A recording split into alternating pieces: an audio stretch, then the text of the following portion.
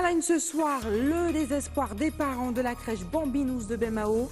Opposés à la fermeture à venir de la structure endettée jusqu'au cou. Ils ont bloqué ce matin le pont de la Gabarre avec l'espoir de changer la donne. Dégradation des soins, locaux inadéquats. Le collectif de défense du CHU lance un appel à la mobilisation demain matin.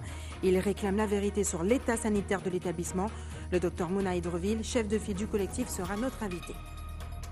Et faut-il mieux éviter de se baigner à la rivière? Les derniers relevés de l'Office de l'eau font état d'une pollution persistante au chlordécone. La molécule atteint une concentration record dans les eaux de rivière. L'éclairage de Philippe Verdol, le président de l'association Envie Santé, qui sera également invité de ce journal. Et enfin, nous parlerons mode avec une créatrice de bijoux de la rue piétonne de Pointe-à-Pitre. Elle a choisi les perles de Cori pour orner et sublimer les femmes. Un petit coquillage précieux qui marque le retour au style ethnique. Bonsoir et bienvenue sur ATV Guadeloupe. L'ancien maire communiste de la commune de Morne-à-l'Eau, Julien Chauvineau, nous a quittés. Âgé de 70 ans, il est décédé hier soir au centre hospitalier de Basse-Terre des suites d'une longue maladie. Un combat qu'il avait déjà contraint à démissionner de son mandat de maire en 2005.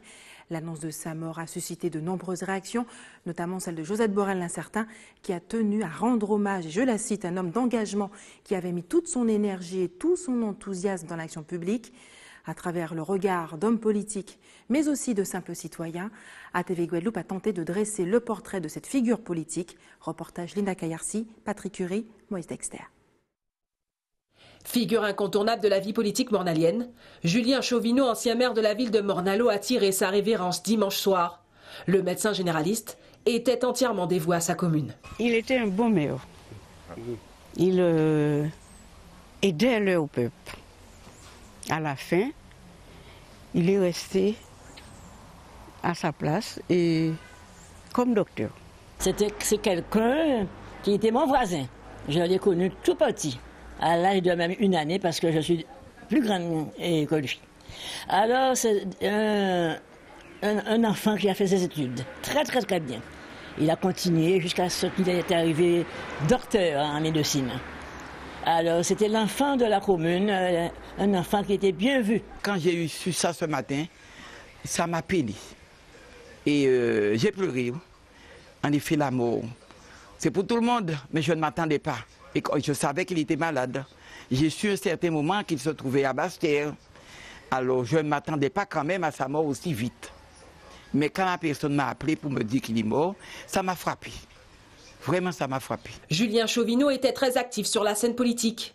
Il était membre du Parti communiste guadeloupéen, conseiller général, mais aussi président de l'Association des maires de Guadeloupe. Quand il a été élu conseiller général, et ceci je crois c'était en 80, si ma mémoire est bonne, c'était en 92, quand il a été élu conseiller général, et j'avais mené le combat avec lui à cette époque-là, il avait dit ce jour-là, Georges, tu es très solide et j'aurais souhaité même que tu puisses organiser la manifestation de ma victoire. Et c'est moi qui avais tout organisé pour lui à cette période-là, je me souviens très bien. C'est un maire de Morne-à-l'Eau, il a passé des moments, j'ai travaillé avec lui en tant qu'employé.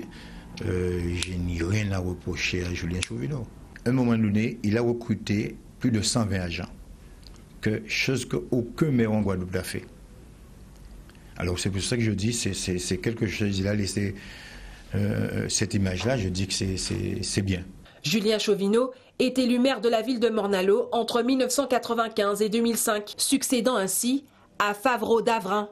Il démissionne de sa fonction de maire en 2005 pour cause de maladie. J'ai été son premier adjoint durant quelques années, donc on a eu l'occasion de mettre en place un programme que nous avions défini ensemble, puisque nous étions dans une union municipale, donc le peuple nous a confié les responsabilités de la commune en 1995, donc c'était un homme qui prêtait beaucoup attention à la population, un homme de grande sensibilité, un grand travailleur, un homme qui a voulu quand même mener sa commune vers l'excellence.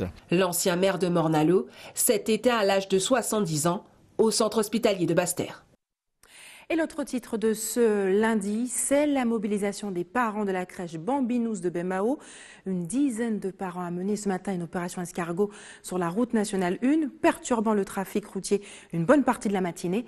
Un appel désespéré pour tenter d'infléchir la décision du tribunal qui devrait confirmer d'ici mercredi la liquidation judiciaire de la structure. Reportage Patrick Curé et Moïse Dexter avec les commentaires de Linda Kayarsi. Ils ont opté pour la même méthode. Comme les planteurs de canne, les parents des enfants de la crèche Bambinous Palace ont bloqué la circulation sur le pont de la Gabarre. Au grand mot, les grands moyens, la liquidation judiciaire demandée la semaine dernière par les gérants de la structure ne passe pas. C'est vrai qu'on n'a pas les responsables en se mettant hors la loi, mais moi demain je pourrais dire j'ai essayé de continuer la socialisation de mes enfants en fait avant qu'ils n'aillent à l'école. C'est important, c'est un engagement citoyen, c'est pas juste être parent. Je peux rester chez moi, mais c'est pas une solution. Je suis un parent responsable qui fait l'engagement, qui transmet les valeurs, qui éduque tous les jours, mais c'est aussi un devoir d'essayer de préparer l'enfant à la collectivité. La crèche, c'est le début de la vie en société. Après la mise en redressement judiciaire, le 15 décembre dernier, de Bambinous Palace, sur le carreau donc, 36 salariés et plus que 110 enfants. Inimaginable pour les parents, ils appellent à un sursaut des pouvoirs publics. Nous n'allons pas démordre. Pourquoi? C'est simple. Cette mixité sociale ne va jamais exister. Nous avons des crèches à 1 450 € en sachant pertinemment que certaines familles guadeloupéennes ne touchent même pas le SMIC. Comment pourront-ils payer ce type de crèche? Il faut savoir que les Gabali, il y a au moins 4 crèches qui ont déjà fermé. Ce qui fait qu'il y a plus de 300 enfants et parents dans la rue. Mercredi prochain, l'affaire Bambinous Palace doit revenir devant le tribunal. La liquidation judiciaire de la crèche sera effective avant la fin de sa période d'observation fixée au 15 juin 2018. La structure cumulerait près de 1,48 million d'euros de dettes. Et une actualité sociale chargée, le collectif de défense du CHU lance un appel à la mobilisation dès demain 7h, remettant en cause la version officielle de la direction sur l'état sanitaire de l'établissement. Il réclame la vérité. Reportage Anne-Elisabeth Artsen. Toute la vérité sur l'incendie, c'est ce que réclame le collectif de défense du CHU, réuni de nouveau ce matin au centre hospitalier. Autrement dit, tout va bien. Alors qu'on n'a pas cherché ça, pour chercher normalement. Mais par contre, il y a des traces de chlore dans l'atmosphère là. Ça veut dire qu'il y a un côté, il faut aller plus loin dans la recherche à chlore. Donc ça veut dire que là encore, la direction qui a trompé nous, la direction qui a trompé la population là, la direction a établi en train de camoufler en vérité. Nous avons demandé la vérité, c'est ce qui brûlait le 28.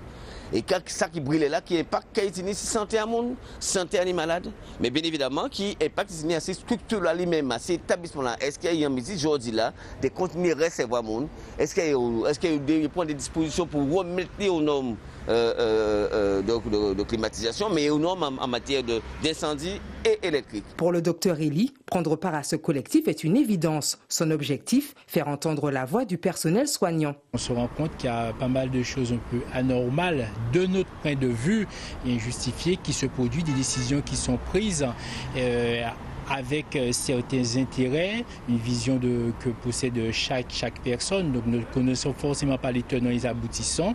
Donc on a décidé, comme on dit, de nous réveiller, de faire entendre notre voix au profit du CHU, des patients que nous prenons en charge quotidiennement et de nous-mêmes. Je pense que là maintenant, il est quand même temps de trouver une organisation plus efficiente.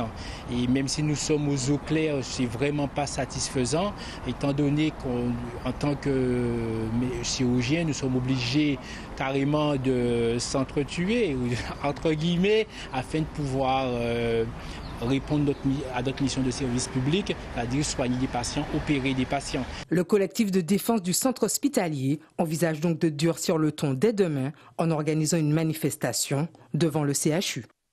Et pour aller plus loin, le docteur Mona Hydreville nous a rejoint sur ce plateau. Docteur Mona Hydreville, merci d'avoir accepté notre invitation. Bonsoir, vous êtes cardiologue au centre hospitalier de Pointe-à-Pitre.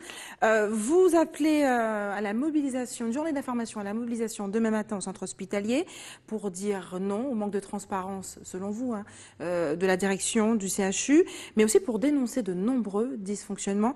Vous parlez d'anarchie généralisée. Que se passe-t-il au centre hospitalier de Pointe-à-Pitre, Abim?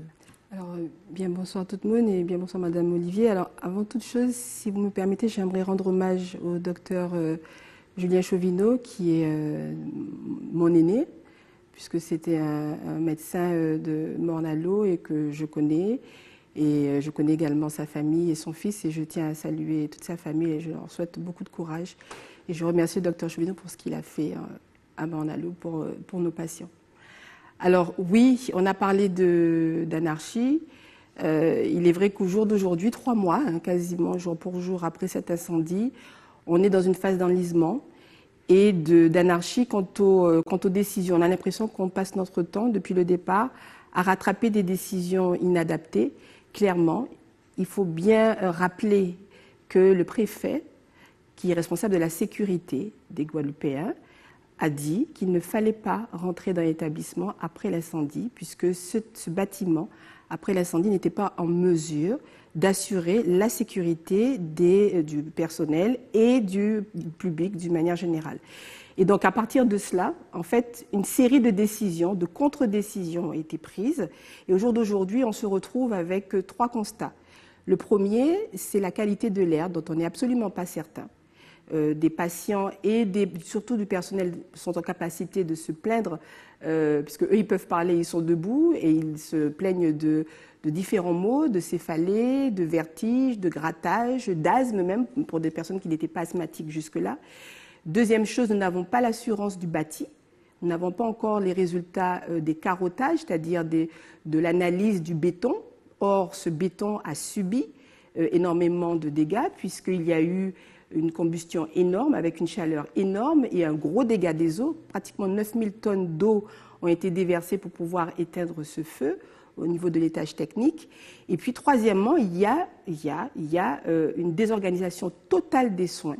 Il y a eu d'abord un choc, c'est un terme qui a été employé par quelqu'un qui fait partie du collectif. C'est vrai qu'il y a eu un choc culturel, un choc professionnel entre le privé et le public. Et ce choc-là n'a pas été prévenu, il n'a pas été non plus amélioré parce qu'en fait, il n'y a pas eu des mesures adéquates pour cela. Et donc, nous nous retrouvons au jour d'aujourd'hui avec une désorganisation totale du soin. Docteur Hydreville, pour bien comprendre, pour les personnes qui nous regardent, qui seraient peut-être amenées à être hospitalisées au centre hospitalier, vous parlez d'une dégradation des soins. Qu'en est-il vraiment? On vous accuse des fois d'être catastrophiste. Est-ce que c'est le cas? La situation est très grave. Alors, en général, on emploie le terme de catastrophe quand il s'agit d'une catastrophe naturelle. On va avoir une catastrophe naturelle et nous ne sommes pas en mesure, au jour d'aujourd'hui, de pouvoir absorber cette catastrophe naturelle. La situation est gravissime, oui, il faut le dire. Alors, non pas le dire pour affoler la population, mais pour leur dire, voilà, il y a un constat, il y a des moyens d'y pallier, on a pris du retard.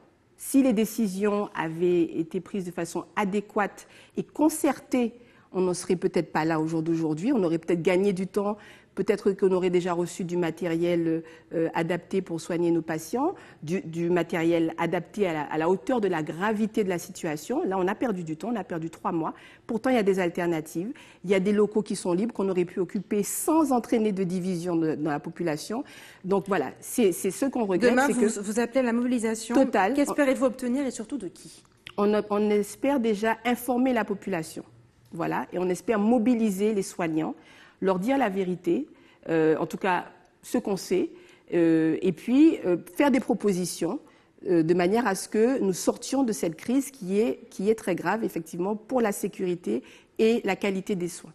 Merci, docteur Hydreville, d'avoir accepté de répondre à nos questions ce soir. Dans le reste de l'actualité, un accord partiel a été signé aujourd'hui entre l'UGTG et la direction de l'usine sucrière de Gardel dans le cadre des NAO. La récolte débutera bel et bien le 1er mars. On écoute d'ailleurs le délégué syndical Martial Bisram, interrogé par Yvon Lemar.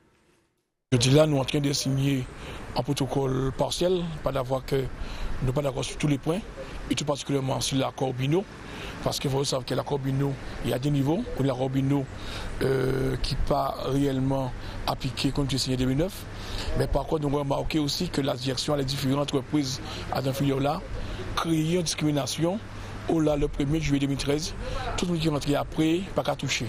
Et aujourd'hui là, nous décidons de négocier dans chaque entreprise sur le plan accord Bino dans le cadre à 19 volets.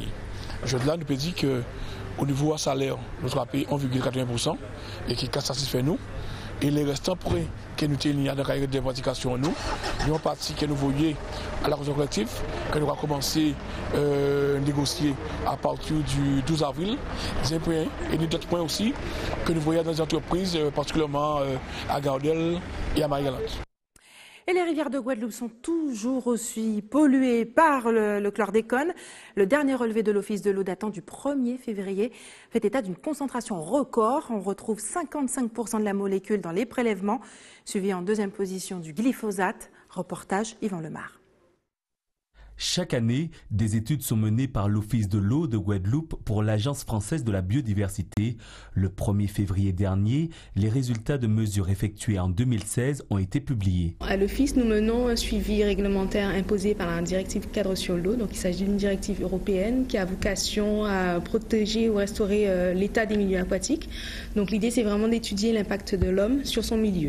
Concrètement, nous émettons des commandes auprès de nos bureaux d'études partenaires ou laboratoires qui nous renvoient, qui font les analyses pour notre compte et nous renvoient ensuite les résultats observés. Alors, nous faisons des analyses sur eau, sur sédiments, sur biote, donc tout ça ce sont des analyses chimiques, et nous faisons également des analyses biologiques. Donc il peut s'agir de prélèvements de macro-invertébrés, donc ce sont des espèces qui vivent sur le fond des rivières par exemple. Nous faisons également des suivis sur diatomées, qui sont des espèces d'algues unicellulaires qui vivent sur les roches. Et avec tout cet ensemble de résultats, nous pouvons avoir une idée de la qualité des eaux. Les points de suivi sont situés sur la Basse-Terre et à la Ravine des Coudes à Morne-à-l'Eau pour la Grande-Terre. Un peu plus de 7000 mesures sur 26 sites différents ont été effectuées pour 300 substances contrôlées. Ce qui revient le plus souvent, donc à 55% de détection, c'est le chlordécone. Donc on retrouve systématiquement 55% de chlordécone dans nos suivis, et ça depuis plusieurs années.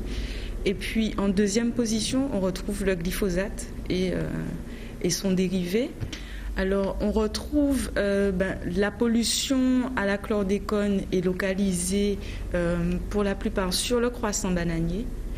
On en retrouve un petit peu, mais souvent en dessous des normes de qualité environnementale dans la grande rivière à Goyave. Et les autres pesticides, on en trouve quasiment partout, surtout à l'embouchure des rivières. Donc nos suivis sont tant en amont qu'en aval. Et là où on a le plus de détection, c'est forcément en aval des cours d'eau. Les analyses pour 2017 sont en cours de collecte. Le bilan devrait être présenté d'ici la fin de l'année lors d'un séminaire sur les milieux aquatiques. Et quel danger pour notre santé? Y a-t-il lieu de s'inquiéter? Le président de l'association Envie Santé est avec nous pour nous éclairer ce soir. Philippe Verdol, bonsoir. Bonsoir. Merci d'avoir accepté notre invitation. Tout d'abord, votre réaction par rapport à cette étude sur ces relevés de l'Office de l'eau qui date du début du mois de février. Oui. Avez-vous été surpris? Non, parce que la contamination au chlordécone est suivie depuis plusieurs années, comme il a été précisé dans le sujet. Et en fait, elle continue simplement. Il y a des recommandations de l'ARS importantes qui datent déjà de 2010, où dans un rapport concernant les qualités d'eau de source 2005-2009, l'ARS préconisait notamment de ne pas faire d'usage domestique des eaux de source qui pouvaient être captées par certains particuliers. Alors, les usages domestiques, ça renvoie notamment aux bains, par exemple, aux bains et aux douches. Alors, cela veut dire qu'il ne faut pas se baigner, se doucher avec les eaux de source, et donc ça implique aussi que la même consigne est donnée implicitement pour les eaux de rivière. Alors, devons-nous éviter de se baigner à la rivière? Mais c'est ce que ça veut dire implicitement. L'ARS avait transmis l'information aux communes du Sud Basse-Terre en leur disant d'en informer la population. Mais c'est quelque chose qui n'a pas été fait pour ne pas gâcher, ternir l'image de marque de la population. Je voulais préciser aussi que j'ai eu l'occasion d'échanger avec un médecin de Bretagne lors d'un séminaire qui se tenait à Paris. Et celui-ci m'indiquait que, en tout cas, compte tenu de la contamination qui existe en Bretagne au niveau des eaux de rivière, personne ne se baigne plus en Bretagne depuis plusieurs années. Alors, ça nous sera sans doute annoncé dans quelques temps. Enfin, cette consigne sera annoncée, mais il faudrait des cartographies fines qui permettent à la population de connaître les coins qui sont sains, où elle peut se baigner sans difficulté, donc pour sa santé. Lorsqu'on parle des eaux de rivière, je ne peux m'empêcher de penser à ces eaux que nous achetons dans les supermarchés qui sont captées dans ces rivières. Sont-elles aussi dangereuses pour la santé? Alors les eaux sont filtrées et la filtration, elle est conforme aux normes. Sauf que nous avons une particularité. Bon, je passe sur les problèmes de changement de filtre qui pourraient être discutés également longtemps, mais nous avons une particularité, c'est que ici, les tolérances concernant le chlordécone sont 3 fois plus élevées que les tolérances en France concernant des pesticides organochlorés. Alors, la raison de cette dérogation, elle n'est pas claire, il n'y a pas de justification précise, mais il faudrait donc enquêter sur ce sujet. Les professionnels de santé, justement, en tout cas en Martinique, réclament une tolérance zéro au chlordécone. De façon concrète, comment peut-on éviter d'être exposé à cette molécule? Alors, c'est aussi la position de notre association, c'est le but de notre démarche prochaine en justice. Alors, il y a plusieurs manières, donc il faut savoir, si on parle d'aliments solides, il faut savoir où ces aliments sont plantés, s'il s'agit de culture, où les animaux sont élevés, est-ce qu'ils sont élevés sur des terres saines ou pas, ce qui veut dire que des cartographies fines restent à faire et des cartographies qui soient sincères. La précédente campagne de cartographie qui a été arrêtée il y a déjà quelques années, elle n'avait pas pris soin de faire des référencements, des géoréférencements systématiques. Ce qui fait que sur un peu plus de 5000 opérations de prélèvement d'échantillons, il y avait plus de 2600 qui n'étaient pas géoréférencés. Parce que, manifestement, ça arrangeait les propriétaires terriens de connaître le résultat de l'analyse, mais de ne pas faire savoir publiquement que leur sol, que leur parcelle était contaminée.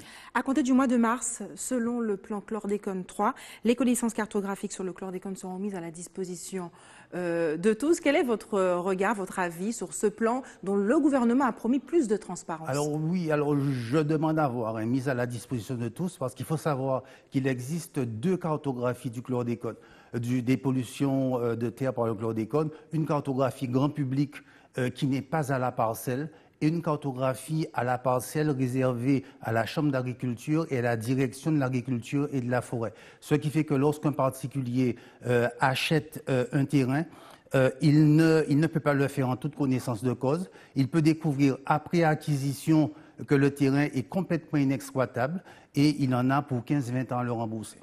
Merci Philippe Erdol d'avoir accepté de nous apporter toutes ces précisions sur le chlordécone. Nous allons tout de suite en Guyane. Suite à la grève menée pendant plusieurs semaines pour dénoncer une situation d'insécurité qui règne aux abords d'établissements, un dispositif expérimental a été lancé ce matin dans 3 collèges qui bénéficient désormais d'une surveillance renforcée. On regarde le reportage de Gaël Ouassim. Oui, merci.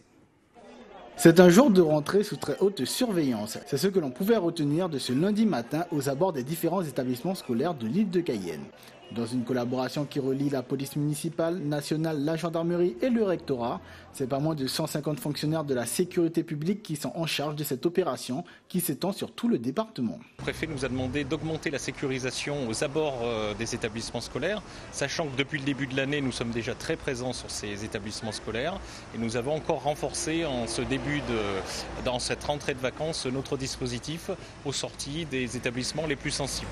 Nous sommes présents déjà sur sur la ville, mais c'est vrai que les agressions, surtout, elles ont lieu aux sorties, aux entrées, plutôt aux sorties, on va dire. Donc nous serons effectivement présents de 11h30 à midi et demi. Nous serons aussi présents à la rentrée à 14h et nous serons présents à la sortie. Résultant d'un engagement pris par le préfet le 9 février dernier, la présence des forces de l'ordre sera accrue aux abords des établissements scolaires les plus sensibles, venant ainsi renforcer le dispositif de la Convention Évidence. La Convention Évidence, qui existe depuis de nombreux mois maintenant, est une convention qui a été signée par les différents partenaires, justice, sécurité intérieure, rectorat, donc éducation nationale, et qui permet en quasi temps réel de faire remonter des événements un petit peu sensibles dans les établissements scolaires. Une fois que ces événements sont remontés en préfecture via le rectorat, les forces de sécurité intérieure agissent directement dans les établissements, soit par des réunions avec la communauté pédagogique et le chef de l'établissement, soit directement avec les auteurs de troubles pour faire de la prévention, mais également pour essayer de stopper l'effet de délinquance dans les établissements scolaires.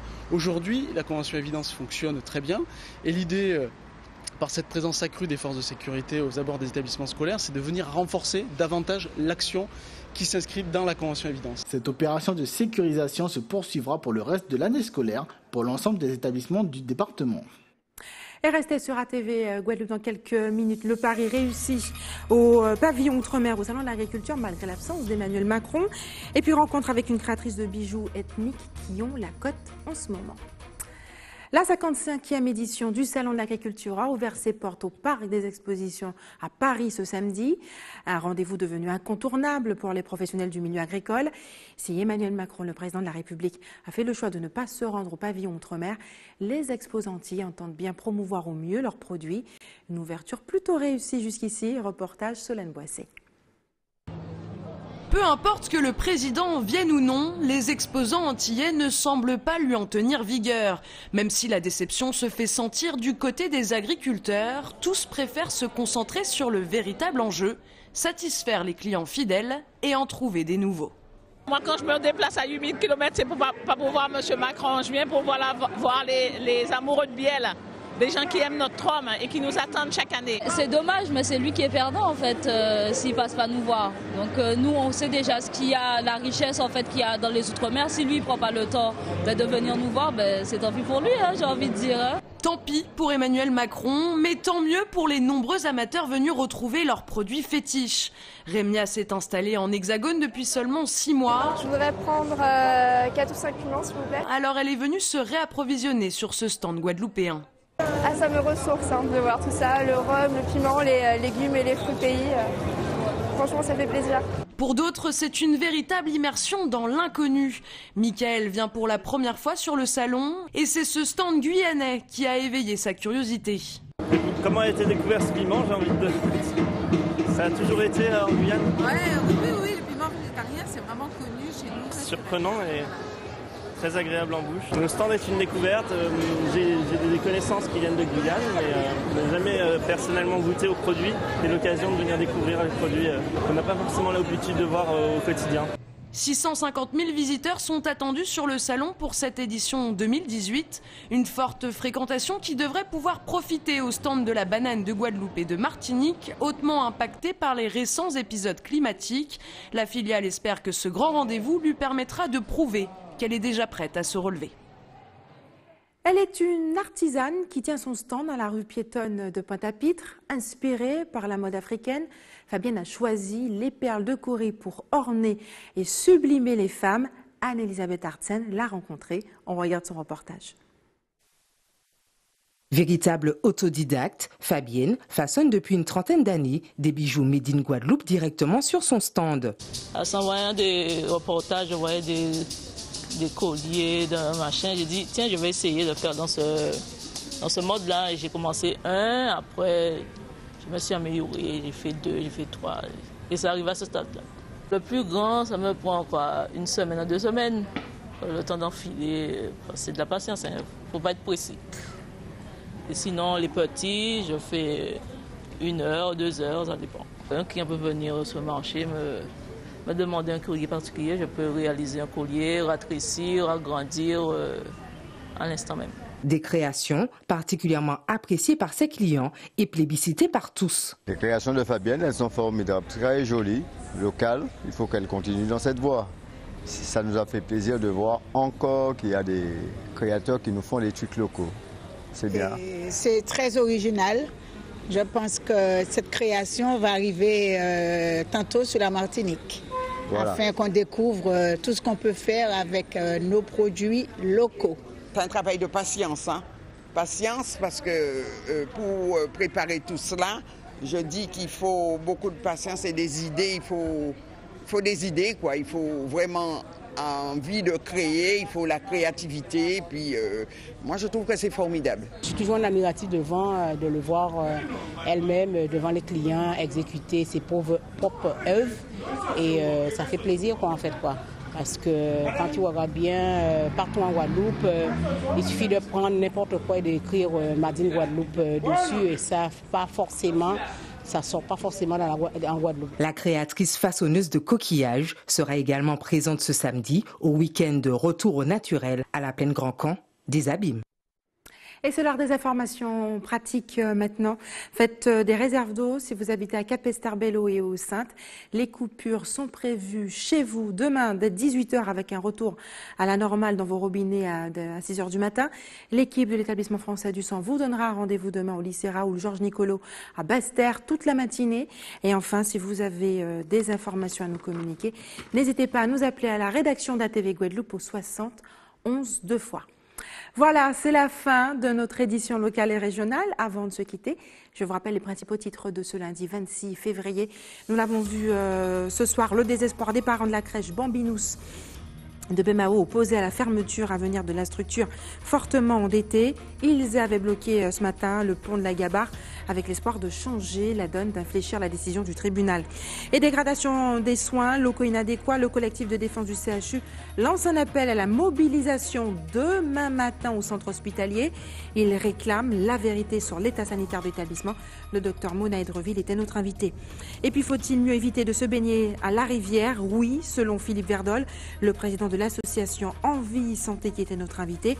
Les derniers relevés de l'Office de l'eau font état d'une pollution persistante au chlordécone et au glyphosate dans les eaux de rivière. La molécule atteint une concentration record.